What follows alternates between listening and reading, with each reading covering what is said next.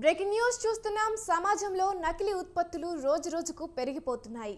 దీనిపై food safety అధికారులు చర్యలు తీసుకుంటున్న హోటల్ యాజమాన్యం మాత్రం పెడచెవిన పెడుతూ నకిలీ పేస్టులను, కుళ్ళిన మాంసాలను విక్రయిస్తూ ప్రజల ప్రాణాలతో చెలగాటమాడుతున్నారు.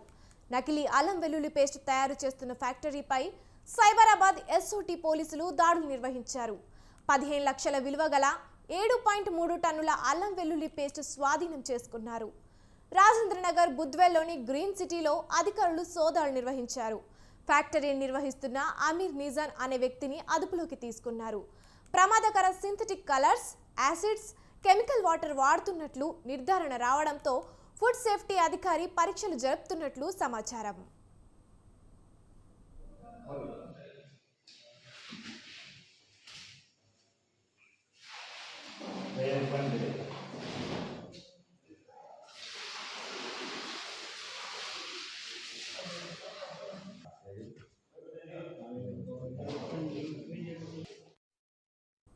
సమాజంలో నకిలీ ఉత్పత్తులు రోజురోజుకి పెరిగిపోతున్నాయి. దీనిపై ఫుడ్ సేఫ్టీ అధికారులు చర్యలు తీసుకుంటున్న హోటల్ యాజమాన్యం మాత్రం పెడచెవిన పెడుతూ నకిలీ పేస్టులను, కుళ్ళిన మాంసాలను విక్రయిస్తూ ప్రజల ప్రాణాలతో చెలగాటమాడుతున్నారు.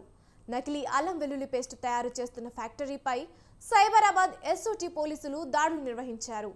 15 లక్షల విలువ గల 7.3 టన్నుల అల్లం వెల్లుల్లి పేస్ట్ స్వాధీనం చేసుకున్నారు.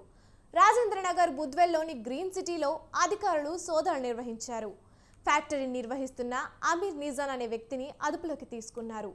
ప్రమాదకర synthetic colours, acids, chemical water వాడుతున్నట్లు నిర్ధారణ రావడంతో ఫుడ్ సేఫ్టీ అధికారి పరీక్షలు జరుపుతున్నట్లు సమాచారం.